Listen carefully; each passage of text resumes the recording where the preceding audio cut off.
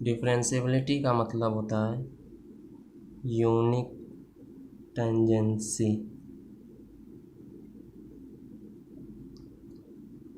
अगर कर्व के किसी पॉइंट पर एक टेंजेंट बनता है तो बोला जाता है कि फंक्शन उस पॉइंट पर डिफरेंशिएबल। जैसे हमें कोई कर्व दिया हुआ हो इस प्रकार, उस पर एक पॉइंट है, तो यहाँ पर इस पॉइंट पर एक ही टेंजेंट बन रहा है, तो हम बोलेंगे ये फंक्शन एफ एक्स इस पॉइंट पर डिफरेंशिएबल है। अगर कोई दूसरा कर्व लेते हैं जिसमें कॉर्नर पॉइंट आता है, ये इस पॉइंट पर दो टेंजेंट खींचा जा सकता है, एक कुछ इस प्रकार से और एक दूसरा ऐसे। तो यहाँ पे दो टेंजेंट बन रहा है, इसलिए ये फंक्शन इस पॉइंट पर डिफरेंशिएबल नहीं है। अगर ये टेंजेंट जो है इसके साथ थीटा एंगल बना रहा है एक्स एक्सिस के साथ, तो इसका tan थीटा स्लोप रिप्रेजेंट करता है। ये y equal to f x function है, इसका डेरिवेटिव x के साथ जो करते हैं dy बाई डी एक्स, वो भी इस टेंजेंट का स्लोप ही रिप्रेजेंट करता है। तो इसलिए dy by d x tan theta के बराबर होगा। ये dy बाई डी एक्स को डेरिवेटिव बोलते हैं और डिफरेंशिएबिलिटी को डेरिवेबिलिटी। डेरिवेटिव के दो मीनिंग होते हैं,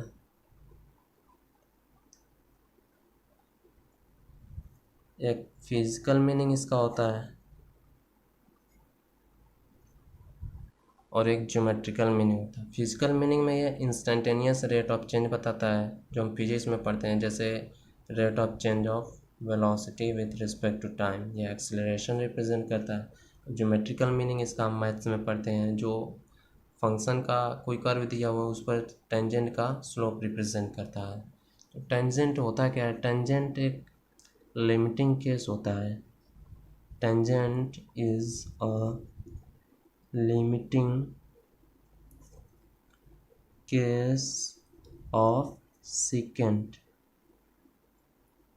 अगर हमें कोई एक कर्व दिया हुआ हो इस टाइप का, ये पॉइंट है, तो इस दो पॉइंट हमें दिया हुआ है, दो पॉइंट को कट करते हुए कोई एक लाइन पास होती है, तो उसे हम सेकेंड बोलते हैं।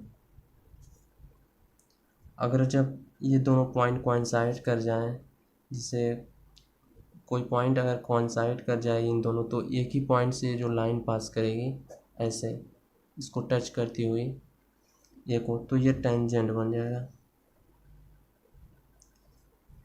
ये लाइन बी इधर ए की तरफ आती रहेगी। टेंजेंट एक लिमिटिंग केस होता है सेकेंड का। टेंजेंट इज अ लिमिटिंग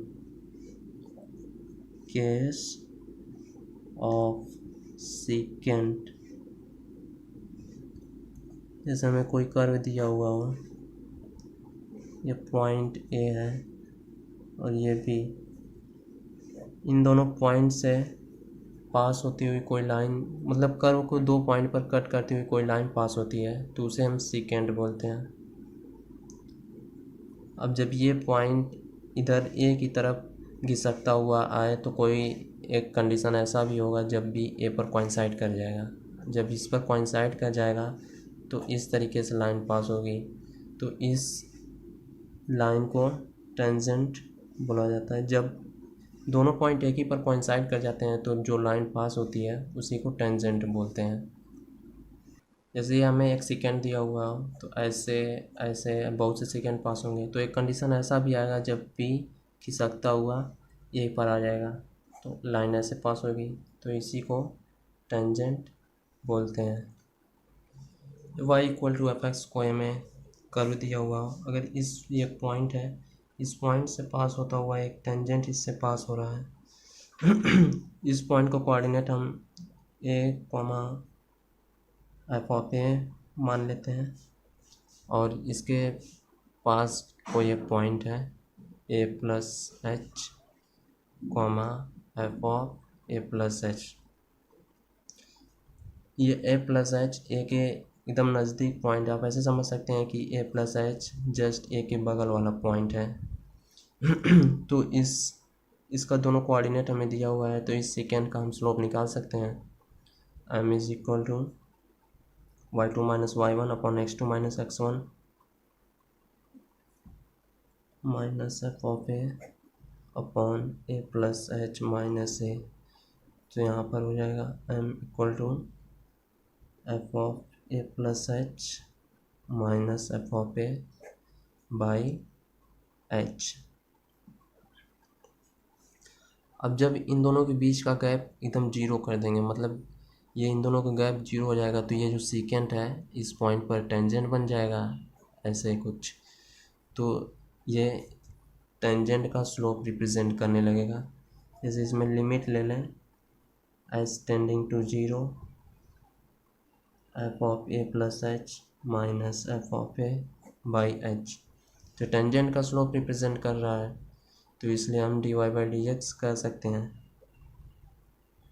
ये हमने राइट साइड, इस पॉइंट के राइट साइड से बनाए हुए टेंजेंट का स्लोप निकाला है, इसलिए इसे राइट हैंड डेरिवेटिव भी बोला जाता है। इसी तरीके से लेफ़्ट साइड में हमने कोई पॉइंट मान लिया A minus H comma F of A minus H है, तो इस पॉइंट से भी हमने सीकेंट एक पास कर दिया, तो इसका स्लोप निकालते हैं। मान लेते हैं ये m1 था, m2 y2 minus y1 upon x2 minus x1 F of A minus H minus F of A upon A minus H minus A. तो यहाँ पर ये हो जाएगा F of A minus H minus F of A upon minus H. अगर इसमें भी limit H tending to zero ले लेंगे तो इसके के बीच में जो डिस्टेंस है वो जीरो हो जाएगा। जीरो हो जाएगा तो ये इस पॉइंट पर बने टेंजेंट का स्लोप रिप्रेजेंट करेगा। ये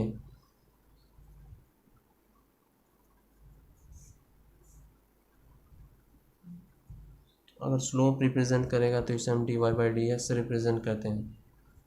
तो क्योंकि ये लेफ़्ट साइड से बन रहा है तो इसलिए इसे लेफ़्ट हैंड डेरिवेटिव भी बोला जाता है।